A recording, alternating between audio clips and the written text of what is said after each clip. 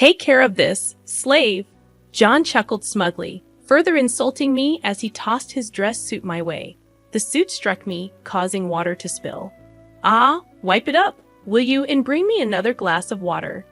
Drunk as he was, or perhaps because of it, John's true feelings became apparent. In his eyes, I was nothing more than a slave. I threw the dress suit into the laundry bag with all my might, only to notice something sticking out of the suit pocket. Unfolding the crinkly, tightly folded paper, he had instructed me to take care of it, and so I intended to do just that. Beyond wondering why such a thing existed, I felt as if this was my ticket to freedom, an escape from all the irritation and dissatisfaction I experienced with John. I rushed out of the house and promptly submitted the divorce notice to the office.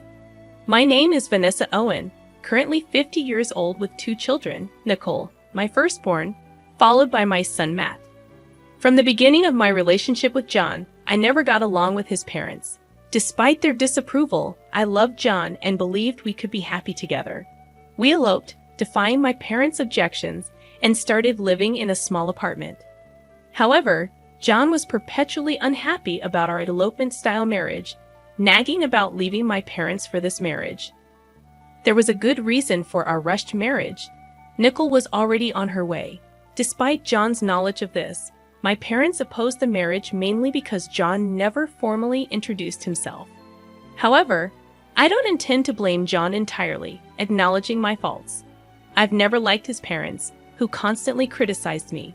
Right now, with a child on the way, we should focus on the future rather than dwelling on the past. Despite my admonishments, John continued berating me, saying things like I should never have married you, or your cooking is worse compared to my mother's. With no place to return after our elopement, I endured John's nagging every day. Despite everything, John adored our children, and our kids, Nicole and Matt, kept our marriage together through high school.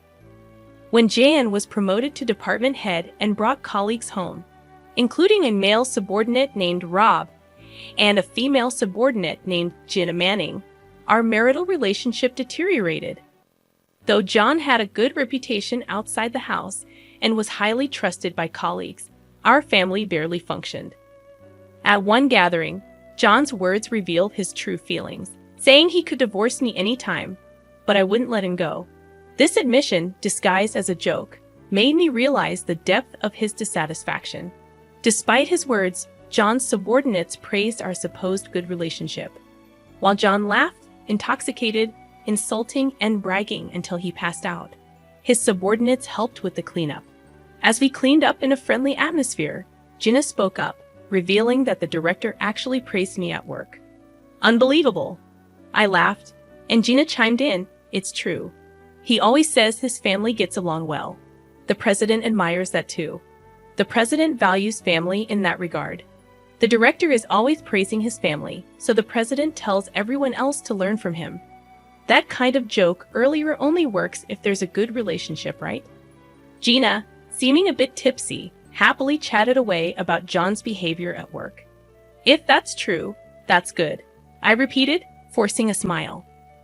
I muttered under my breath, trust was long gone between us. I quickly realized that John was just saying those things to make himself look good. I've heard that good liars mix a bit of truth in their lies. Jan was probably deceiving his colleagues in the same way. I didn't know if it was his nature or a calculated move. But this made me truly despise Jan. I disliked how he shamelessly used the family as a facade. However, our children were still students, and I wanted them to go to college. As John said, think of the children. I couldn't divorce him. However, Jan had never brought up divorce either. We were just living life without making waves. In this life, our children grew up honest and cheerful. Nicole graduated from a local university and joined a nearby company. 3 years later, Matt, who had left home for university, also found a job locally and decided to return home. I was genuinely happy that the children were coming back, and when both became working adults, it felt like a weight was lifted off my shoulders. Then another happy event occurred. Mom, I'm thinking of getting married, Nicole, in her 3rd year of working, told me. Her partner was a senior at her company, Chris Adams, a fine young man who had spent his childhood overseas. He seemed very intelligent. John was happy about the marriage too, and Nicole quickly started preparing for it. The wedding was to be a casual garden wedding. Usually, I'd wear a formal dress, and Jan would wear a morning suit. Still, guests were told to dress casually, so it was decided that I would wear a simple dress, and John would be fine in his existing suit. Despite everything, I wanted to honor Nicole's special day, so I carefully chose a dress. I thought about getting a new suit for Jan, but he insisted that the one he already had was fine. Reluctantly, I brushed and mended John's suit, looking forward to the wedding. On the wedding day, blessed with good weather, the ceremony began, surrounded by beautiful greenery and flowers. Rob and Gina, John's colleagues who had always been kind to Nicole and Matt, attended the wedding, and I thanked them for coming. At the reception, a stand-up party, I spent a happy time greeting Nicole's friends and colleagues. Jan seemed to be enjoying himself, but perhaps getting too drunk, he started commanding, "Hey, Vanessa, get me a drink." Waiters were walking around the venue, and it was embarrassing that he had to call out to me, who was far away, instead of just looking around. "Mrs. Owen, I'll go for you." Rob and Gina supported me, entertaining John, especially Gina, who stayed by John's side like a wife. I felt uneasy about it but was busy greeting other guests, so I left John to them. It was a beautiful ceremony, and the wedding ended successfully. Gina took care of a heavily drunk Jan until the end when the taxi arrived. She said, "John, your taxi is here," and helped him into the car. I also got into the taxi and spoke to her. "Thank you, Gina. Take care." "No, thank you. Looks like it's going to be a long night. Take care." I took her words as a reference to the drunk John and laughed. However, her gaze was not on John but me. I felt strange again, but I said goodbye and returned home with Jan. Nicole and Matt went to the after-party. Leaving just the two of us in the taxi, Jan seemed a bit more cheerful after a nap. When we got home, he walked in on his own. Usually, we didn't talk much, but Jan, more drunk than usual, couldn't stop talking. Finally, the kids are off our hands. I was worried about Nicole's turning out like you, but I'm glad she got married. He belittled me as usual. John lay on the sofa. "Vanessa, water," and then he arrogantly ordered me around. I sighed inwardly and went to get in water. "Here's your water. Take off the suit if you're going to sleep. It'll get wrinkled." I said that and put the water on the table. John, getting up, said as he undressed, "You're really useful. You do everything. I can't believe you'd speak that way, even if you're drunk. Hey, slave, take care of this." John chuckled smugly, throwing his dress suit at me. The suit hit me, causing water to spill. "Ah, wipe it up, will you, and bring me another glass of water." Whether drunk or not, it must be his true feelings. John thought of me as a slave. I was initially angry, but the anger didn't last long. Seeing Jan snoring loudly in front of me, I surprisingly felt nothing. I realized that I had become indifferent to Jan, lacking even hatred or love. After picking up the suit that John had carelessly thrown aside, I noticed his trousers had also been discarded. Feeling irritated again, I stood before the bag for dry cleaning, angrily throwing the suit into the bag with all my strength. That's when I noticed something sticking out of the suit's pocket. "What?" I muttered to myself, surprised, and pulled it out. It was a piece of paper, crisply folded. As I unfolded it, I had to cover my mouth in shock. At that moment, I remembered Gina's words about the night being long, so that's what she meant. Realizing this, a smile involuntarily formed on my lips. He said to take care of it, so I should, right? I could hear the excitement in my voice.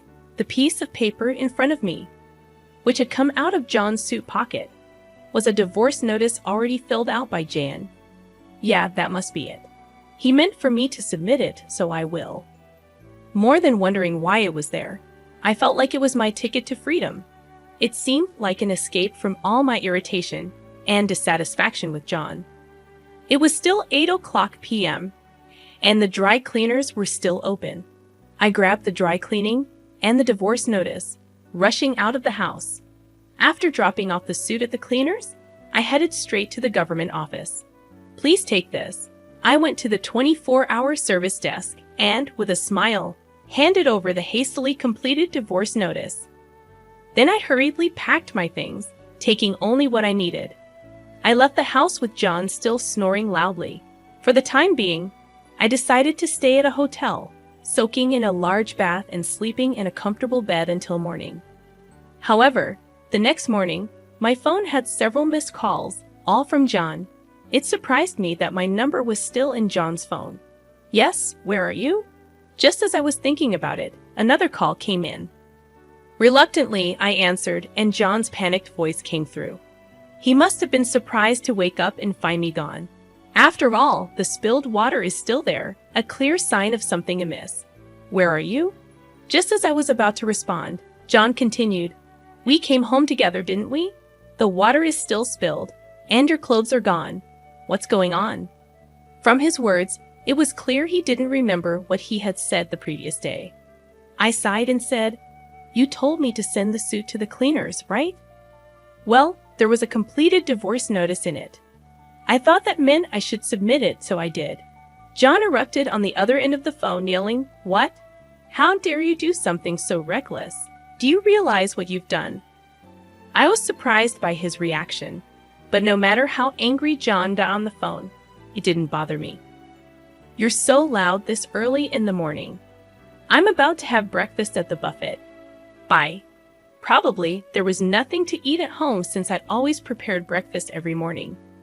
There was neither bread nor cereal stocked up. Nickel was likely at the hotel given as a wedding gift, and Matt wouldn't wake up until afternoon, having probably stayed out late drinking.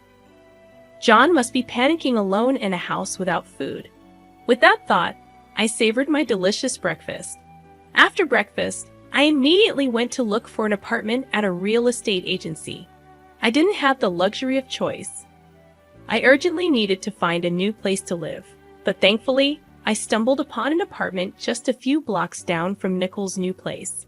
Moreover, the real estate agency was hiring part-time staff. I found both a home and a job that day and felt immensely grateful to the company. On my way back to the hotel, I received a call from Matt. Mom, where are you? Dad's making a fuss. I had been ignoring calls from John, so he must have forced Matt to call me. Matt's voice still sounded sleepy.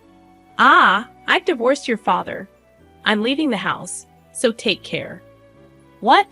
What do you mean? Matt sounded surprised by my words. Anyway, I needed to explain everything properly to my children. I decided to call Nickel that day and explain everything at the house. Why'd you suddenly call me here?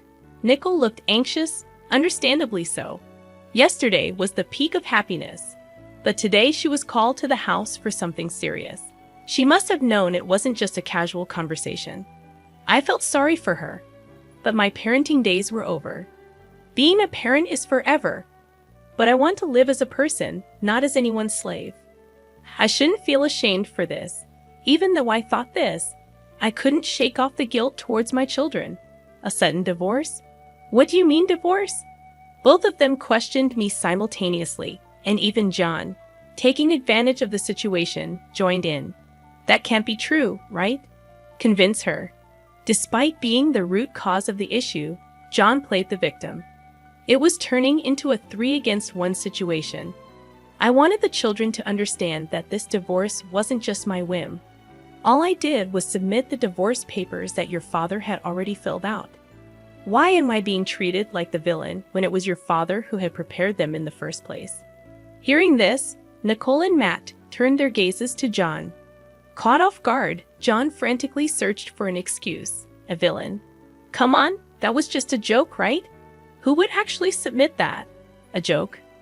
Do you have any idea how much that joke has worn me down? Jen flinched at my loud voice. Nickel and Matt clammed up, exchanging looks. Besides, for a joke, it was too well prepared, don't you think? To me, it looked like something prepared to convince someone. John turned red and argued back, spitting out his words. His panicked state made the children realize something was amiss. I couldn't help but burst into laughter at John's behavior. No need to get so worked up. It's like you're admitting it's true. You set me up. You're the one who got angry at my deduction. Listening to our conversation, Nickel cautiously asked a question. What do you mean? I decided it was time to tell them everything. Well, you're not children anymore, so I have to tell you. Your father and Gina are having an affair. What are you talking about? John turned pale and stood up. Nickel and Matt looked shocked at first, but then directed looks of contempt at John. I found it strange. She used to call him Director, but recently it's been John, and her words about our happy family felt insincere. That can't be. While she said she'd invite us, it felt like she was mocking us. A woman's intuition is often right. John was sweating unnaturally, unable to make any excuses. His behavior only confirmed my suspicions. While it was a shock, it was more about betrayal than lost love, which allowed me to keep my composure. But what really kept me sane was my role as a mother. To think she was invited to the wedding. I'm sorry, Mom, Nickel started crying. Jan looked hurt by her words, but he had no right to feel hurt, and Nickel shouldn't feel responsible. I only became sure of it yesterday. It's not your fault, Nicole, I comforted Nickel. As I said this, Matt sighed deeply, giving John a sharp look. I knew Mom and Dad weren't close, but this is too much. John's voice trembled pitifully. I had no choice. She kept pressuring me for a divorce, and I had to invite her to Nicole's wedding to convince her. Even the divorce papers, you used me. Otherwise, she said she'd tell the president about the affair. Anger made my fists tremble. After our force, she wanted to become John's next wife and take my place as Nicole's mother. So she had to attend the wedding. That's why he reluctantly invited her, planning to initiate the divorce afterward, showing her the completed divorce notice as proof. I never intended to really divorce you, it's true. Sure, you never intended to let go of your slave, did you? What are you saying? I never thought of you that way, John desperately pleaded, but Matt interjected. But Dad, you always said it would be easy to marry a woman who obeyed everything like Mom does. What? You always belittled Mom but never divorced her because you thought it was convenient for you. I stood up. Is there any reason I should stay married to this man? Nickel and Matt shook their heads firmly. Mom, you deserve to be free. That's right. And you'll always be our mom, even if Dad becomes a stranger. Nickel wiped her tears and smiled through her sniffles. After that, we left the house. Matt, not wanting to stay with John, decided to move into my apartment. The divorce papers were already submitted. We still had to sort out the property division, but I was relieved to distance myself from John. A month later, one of John's subordinates, Rob, visited the real estate agency. When I started working here, Aren't you Director Owen's wife, Rob? Thank you for coming to Nickel's wedding the other day. What brings you here today? Actually, I broke up with my girlfriend and thought about a fresh start. Maybe moving to a new house. Rob smiled awkwardly as he sat down in front of me. Oh, I see. I had heard about Rob's girlfriend a few times. He seemed to care for her deeply, but it must not have worked out. Wanting to cheer him up, I responded with a smile. We found a suitable place, but since it was lunchtime and the person in charge of viewings was out, we scheduled a viewing for another day. By the way, when did you start working here? Director didn't mention anything about it. No, really, we got divorced. What? But last week at the dinner with the president, John was talking about planning a family trip. Rob was shocked, and so was I. John was still spreading such nonsense. He would undoubtedly continue using the family to get closer to the president if I stayed silent. I decided to tell Rob the whole story. John and Gina. That's unbelievable. Rob turned pale. His reaction was oddly striking. He slowly opened his mouth. My girlfriend was Gina Manning. I gasped, not expecting that Rob and Gina had been dating. Rob muttered, I can't forgive them. I silently watched him. Mrs. Owen, I can't forgive the two of them. I'll inform the president. His determined gaze met my nod of agreement. I felt the same way. I refused to be manipulated by John any longer. Rob left the shop, saying he'd come back for the viewing another time. He had my contact information from Nicole's wedding. I was sure he would contact me eventually. That day after work, as I was heading home, Rob contacted me immediately. "Mrs. Owen," I told the president. His voice was much more energetic than the time we met, made me smile. The president was furious. Betraying his family and having an affair with a subordinate, both of them will be dealt with. Really? That's great.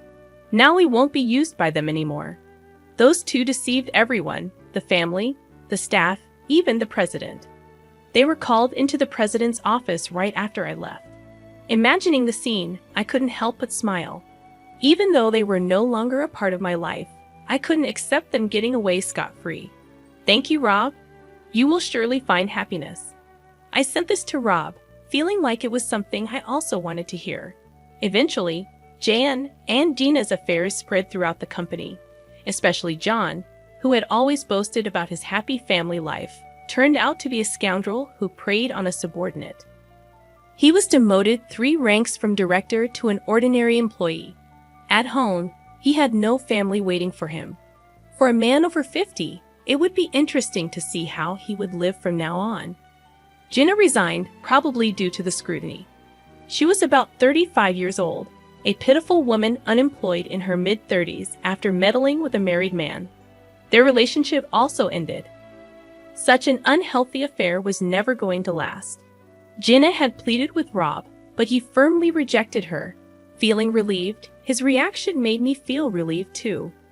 Afterward, I continued to live peacefully with Matt in our apartment. 2 years later, Matt told me he was getting married. "Just when I thought I'd be alone," he said, "Mom, let's live together now. I'm looking forward to the birth of my grandchild." Living with Matt and his wife, Nicole, is also doing well as a mother of one. The fact our family keeps growing brings me joy. I reached out to my elderly parents whom I hadn't spoken to in a while, told them about the divorce. They said, "Bring the kids over sometime." And I felt endlessly sorry and grateful to them. I plan to make up for my past mistakes by being filial to my parents and continue to be a reliable mother, always there to help my children.